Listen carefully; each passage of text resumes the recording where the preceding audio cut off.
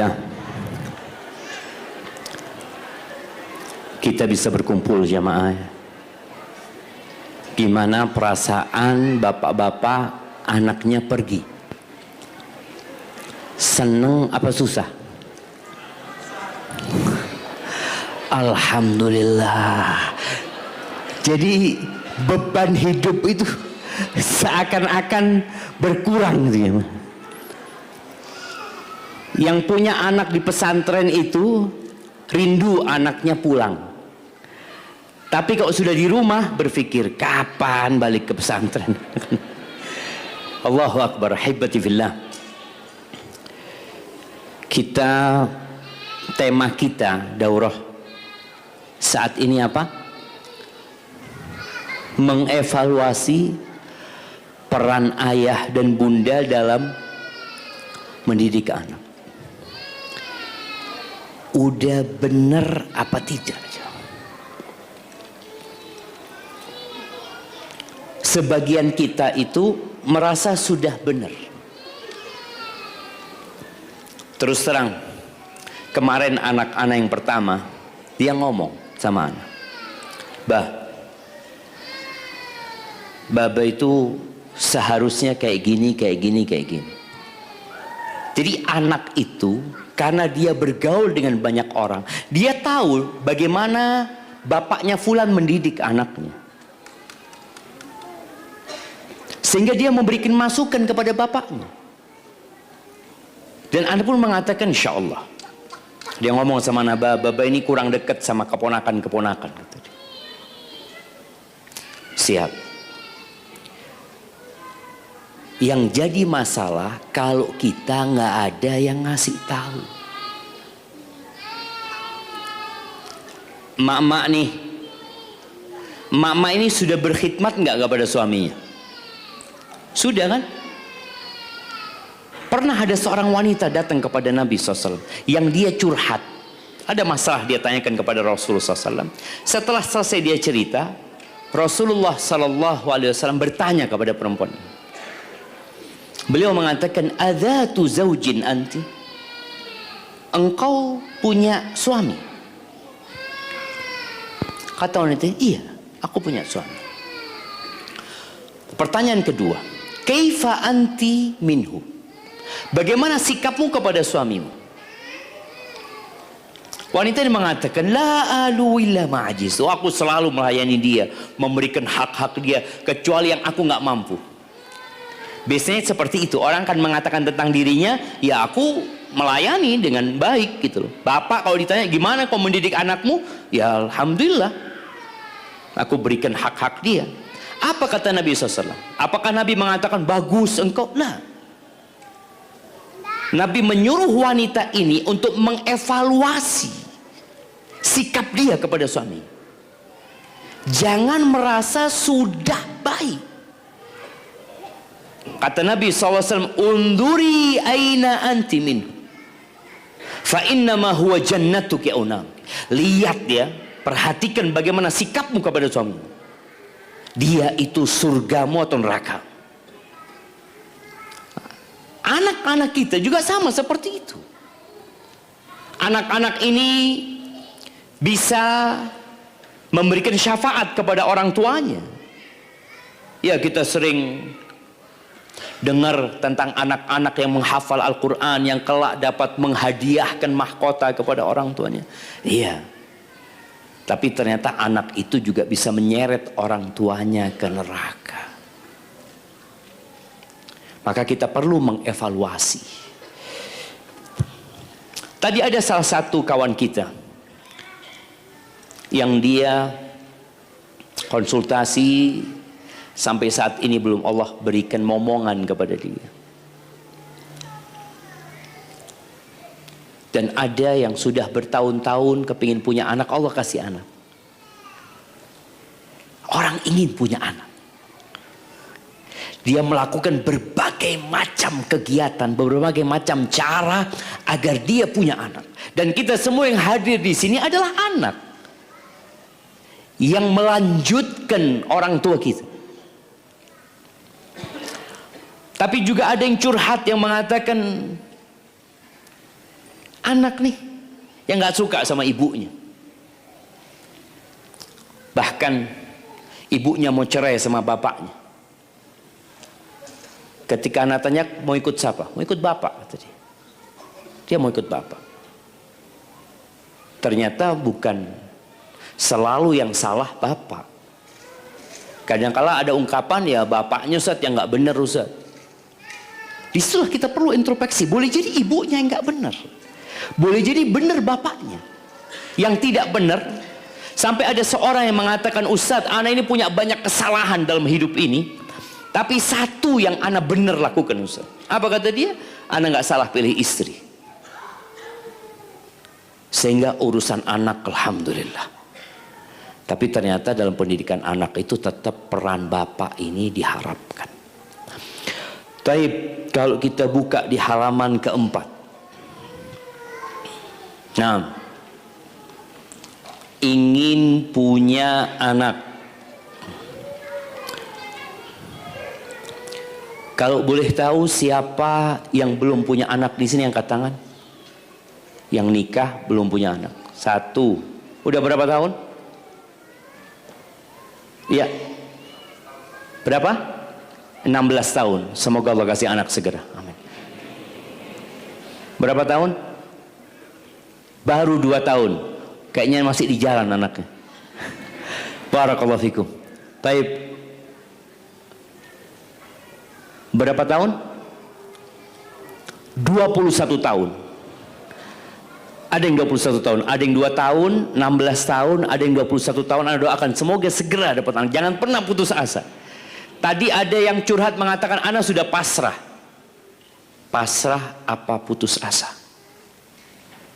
Ngomongnya pasrah, tapi hati sebenarnya, aduh kayaknya anak udah nggak dikasih. Istri udah tua, anak juga udah tua. Jangan pernah putus asa. Taib. Ini 21 tahun. Ada yang lebih dari itu? Emak-emak, Masya Allah, 21 tahun jamaah. Nabi Ibrahim berapa tahun nggak dikasih anak? Sampai umur 86 tahun. Nabi Zakaria sampai umur 100 tahun. Berarti kesempatan untuk punya anak masih ada. Allah Azza wa Jalla berfirman di surat Al-Kahfi ayat 46 ya. Kita baca di sini, al-malu wal banun zinatul hayatid dunya. Harta dan anak-anak adalah perhiasan kehidupan dunia. Bapak-bapak, ibu-ibu tahu berapa anak yang terbunuh di Gaza? Berapa? Hampir 10.000 anak. Anak yang merupakan perhiasan kehidupan dunia itu mati di hadapan orang tuanya. Bicara harta, hancur kasih. Allah katakan itu perhiasan kehidupan dunia. Yang punya anak, dia akan meninggalkan anaknya. Yang punya harta, dia akan meninggalkan hartanya. Karena inilah tabiat kehidupan dunia. Lalu Allah katakan, wal baqiyatus salihat khairun inda rabbika thawaban wa khairun amala. Allah katakan al-baqiyatus salihat, kebajikan-kebajikan, kalimat-kalimat yang baik, ucapan subhanallah walhamdulillah wa la ilaha illallah wallahu akbar, itu lebih baik di sisi Allah Azza wa Jalla. Secara pahala lebih baik, dan secara harapan itu lebih besar. Ada orang tua berharap kepada anaknya karena dia berpikir kalau dia punya anak, ya insya Allah anak akan jadi aset buat orang tuanya. Kelihatanlah jamaah bagaimana anak-anak itu meringankan beban orang tua. Ketika anak-anak pulang dari pondok, anak nggak lagi nyetir, anak-anak yang nyetir. Emaknya minta diantarkan perawatan, anaknya yang nganterin. Adik-adiknya mau belanja, anak yang nganterin. Kita sudah merasakan manfaat dari anak itu. Tapi kata Allah, al-baqiyatus salihat khair. Amal kebajikan itu yang lebih baik, yang lebih diharapkan itu daripada anak dan harta. Dan kalau bicara anak sebagai aset, ya apalagi kalau sudah tua. Anda lihat yang sepuh-sepuh ini yang duduk di atas kursi. Itu nggak sepuh kayaknya duduk di kursi. Ya, yang bersandar yang sepuh-sepuh ini, gimana bahagianya dia ketika dia datang ke acara daurah, ya, anak-anaknya semua nganter dia, Masya Allah. Kemudian cucu-cucunya yang bawain makanan buat eyangnya, subhanallah, ada kebahagiaan di situ. Artinya di dunia dia merasakan. Dan Rasul SAW mengatakan, anta wa maluka li abi, engkau dan hartamu milik orang tuamu, milik bapakmu khususnya. Dan orang tua itu jangan malu, ya, makan dari penghasilan anaknya. Dan anak jangan pernah merasa telah membalas budi bapaknya dengan dia memberikan harta kepada bapaknya. Mungkin dia belikan mobil ayahnya, dia kasih nafkah bulanan kepada ayahnya, kepada orang tuanya, kepada emaknya juga. Kadang-kadang dia merasa sudah berbuat baik. Belum. Kenapa? Engkau dan hartamu milik orang tuamu, gitu. Yang engkau berikan kepada orang tuamu itu memang milik orang tua. Lalu mana kebaikan yang kau lakukan? Maka ingat bagaimana seorang anak yang menggendong ibunya dari Asfahan sana, dia keliling itu, tawaf. Kemudian dia bertanya kepada Abdullah bin Umar bin Khattab, aturani qad jazaituha? Menurutmu apa aku sudah membalas kebaikannya dia? Bayangin, ya, dia yang memberikan biaya untuk berangkat haji ibunya, bahkan dia menggendong ibunya. Semua yang pernah dilakukan ibunya mungkin sekarang dia sudah lakukan dari sisi merawat itu anak. Apa kata Abdullah bin Umar bin Khattab? Nggak ada, belum kok. Wala bi zafratin min zafaratiha, rasa sakit ibumu ketika mengeluarkan engkau, satu rasa sakit itu belum kau balas, gitu. Maka di sini anak itu benar-benar aset memang. Makanya orang tua jangan malu kadang-kadang, ya anak ini malu setia dapat nafkah dari anak terus. Enggak, engkau makan hasil kerjamu. Maka kita kalau lihat nih firman Allah Azza wa Jalla di surat An-Najm ayat 39, Allah mengatakan wa an laisa lil insani illa ma sa'a, dan bahwa manusia hanya memperoleh apa yang telah dia usahakan. Bagaimana dengan anak? Nabi mengatakan SAW, inna atyaba ma akala rajulu min kasbihi, sesungguhnya sebaik-baiknya apa yang dimakan oleh seseorang adalah hasil usahanya dia, usaha dia sendiri, nggak minta-minta dia. Wa inna waladahu min kasbih, dan sesungguhnya anaknya adalah hasil usahanya. Para istri, ketika suami ngasih orang tuanya, yang dikasihkan oleh suami kepada orang tua, hartanya suami apa hartanya orang tua? Kalau kita merasa, loh orang tuanya memang, engkau itu milik orang tuamu, gitu. Jadi istri nggak akan iri, nggak ada perasaan ibu lagi, bapak lagi. Ini bicara berbakti kepada orang tua. Tapi bapak-bapak jangan lupa memberikan nafkah kepada istrinya. Mana yang lebih utama? Memberikan nafkah kepada istri atau kepada orang tua? Bapak-bapak, Anda nggak tanya ibu-ibu, tunggu dulu. Orang tua apa istri? Ada khilaf di antara bapak-bapak. Yang orang tua angkat tangan. Itu kamera hadapkan ke mereka. Loh, jangan takut antum. Urusan ribut sama istri ntar malam aman. Angkat tangan dulu. Loh, harus dari hati ngomongnya ya. Ibu-ibu perhatikan itu suaminya ya. Taib. Kenapa kok orang tua? Mana mic-nya? Siapa yang mau jawab? Kita diskusi jemaah. Bismillah. Iya, tafadhol. Karena kewajiban orang tua udah dari awal, dari dia lahir gitu Ustaz. Lebih dulu, lebih awal. Kalau istri kan dari semenjak dia menikahi istri gitu. Jadi sebabnya karena dari sejak kecil kita wajib berbakti sama orang tua, dan orang tua udah berbuat baik kepada kita sejak kecil. Sedangkan istri mah baru berapa lama.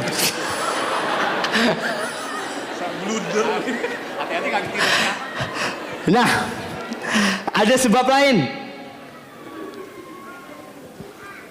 atau sama sebabnya? Taib, kita dengarkan dari mak-mak. Kasih mic mak-mak. Nah, satu taruh di situ lah. Masya Allah. Kalau lampunya hidup ini Afwan, sampai bantu yang... Umahat panitia. Nah, ini ada yang deket sini daripada jauh-jauh nanti. Nah, iya. Kalau jawabannya sama, tafadhali. Bismillahirrahmanirrahim. Kalau istri wajib Ustadz, kalau orang tua tergantung kondisi orang tua. Kalau orang tuanya berkecukupan tidak wajib. Kalau sama-sama butuh, istri apa orang tua? Istri Ustadz. Istri, dengar bapak-bapak. Iya, ada jawaban yang berbeda? Sama. Tapi begini, kewajiban memberikan nafkah.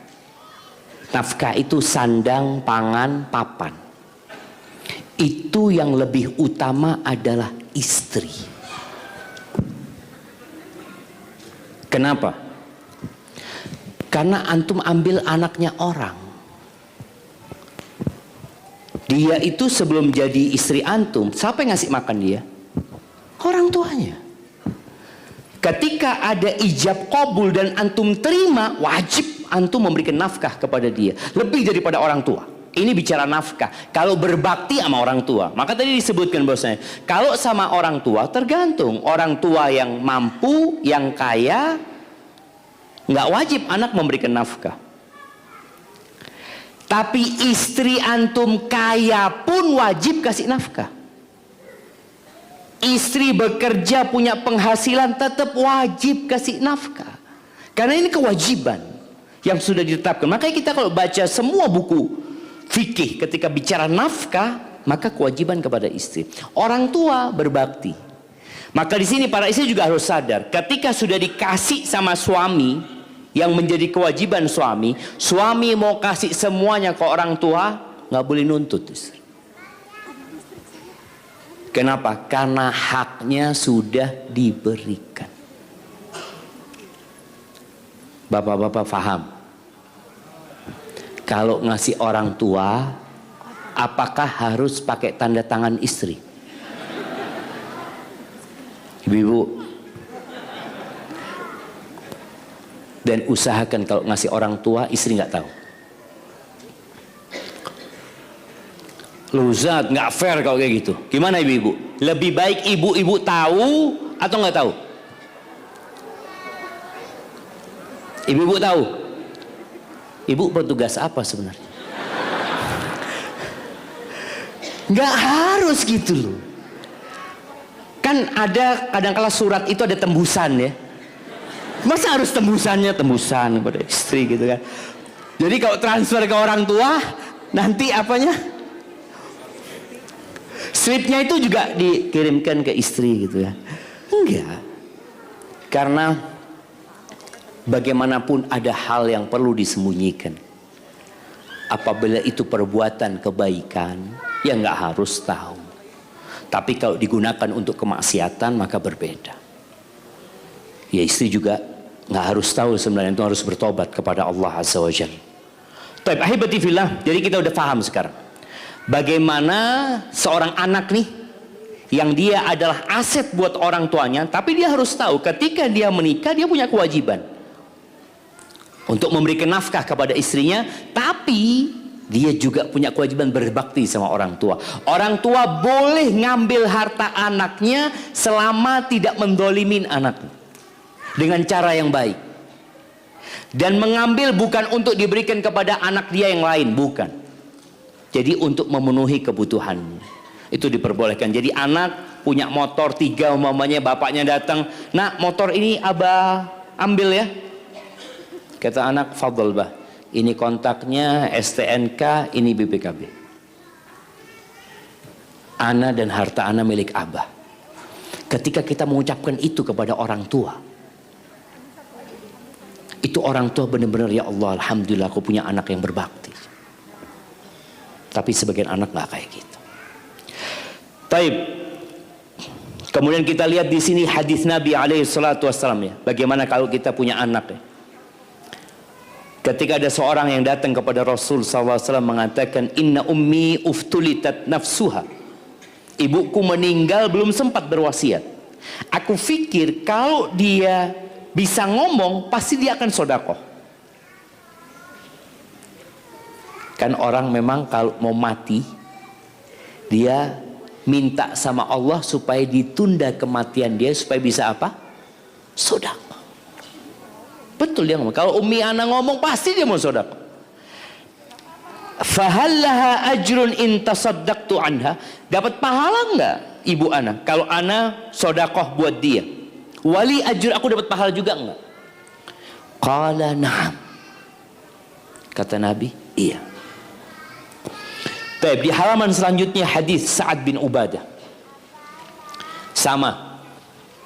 Kita lihat Sa'ad bin Ubadah ini menceritakan ibunya meninggal dunia. Dia sedang tidak di kota Madinah. Kalau sekarang kan kadangkala masih bisa ditelepon anaknya.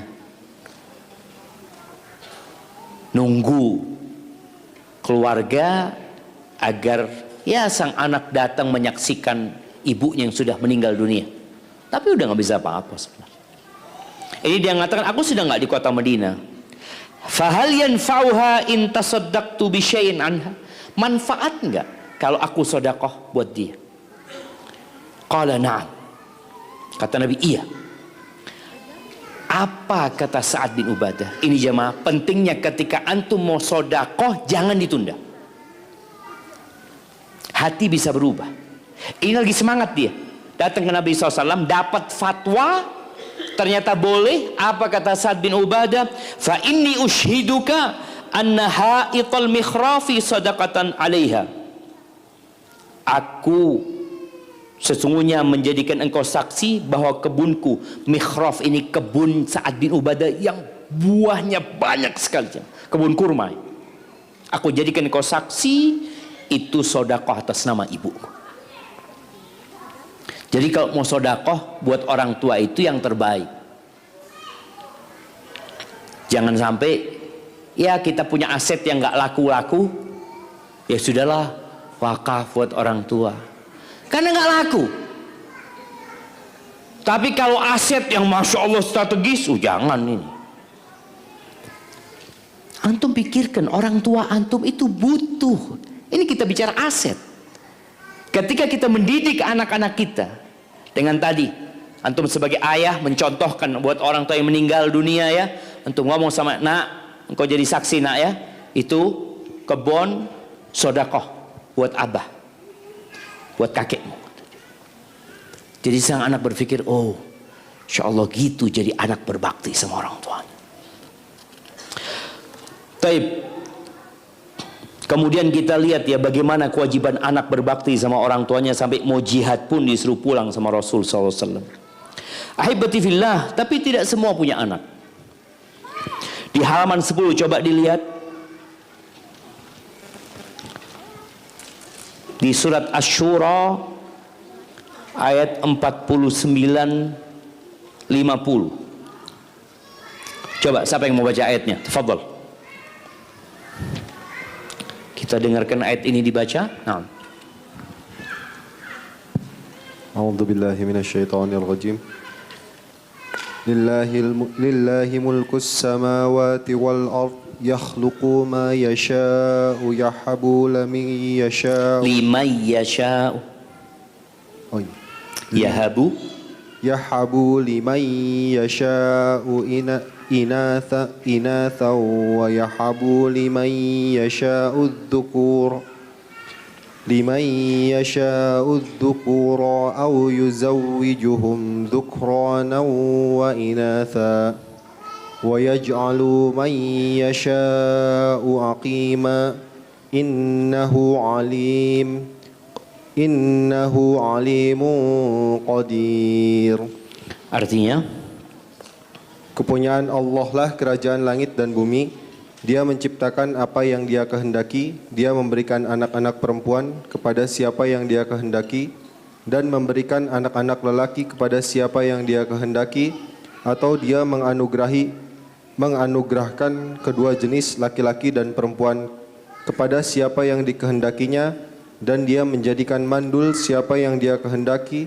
Sesungguhnya Dia Maha mengetahui lagi Maha kuasa. Allahu Akbar jemaah.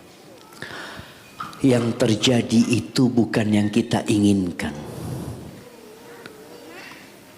bukan yang kita rencanakan.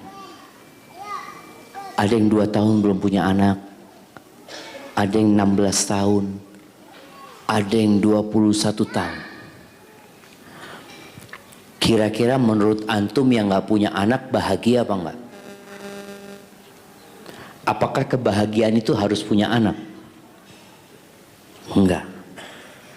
Aisyah nggak punya anak. Hafsah binti Umar, Aisyah binti Abu Bakar. Bayangin ya, bapaknya itu namanya Abu Bakar, suaminya namanya Muhammad Rasulullah SAW. Sampai mati nggak punya anak. Kalau bicara doa, ya pastilah berdoa. Rabbi habli minas salihin. Ingin punya anak. Sampai dari inginnya punya anak Aisyah itu, tapi nggak punya anak, Aisyah itu minta izin sama Rasulullah SAW agar bisa berkunyah dengan nama keponakannya. Abdullah bin Zubair itu anaknya Asma binti Abu Bakar. Dia minta izin, Rasulullah aku mau pakai kunyah keponakanku, karena biasanya kunyah itu kan yang punya anak. Ini dia nggak punya anak, dari inginnya dia. Maka akhirnya dia dipanggil Ummu Abdillah, ibunya Abdillah, padahal nggak punya anak, tapi dipanggilnya Ummu Abdillah. Tadi yang terjadi bukan yang kita inginkan. Ustaz, bagaimana dengan doa-doa? Bukankah Allah berjanji akan mengabulkan doa? Kenapa anak berdoa 20 tahun nggak dikasih anak tetap sama Allah? Kenapa anak doa ingin kaya sampai sekarang tetap hidup miskin? Mana janji Allah akan mengabulkan doa? Iya. Tapi jawaban dari doa yang engkau panjatkan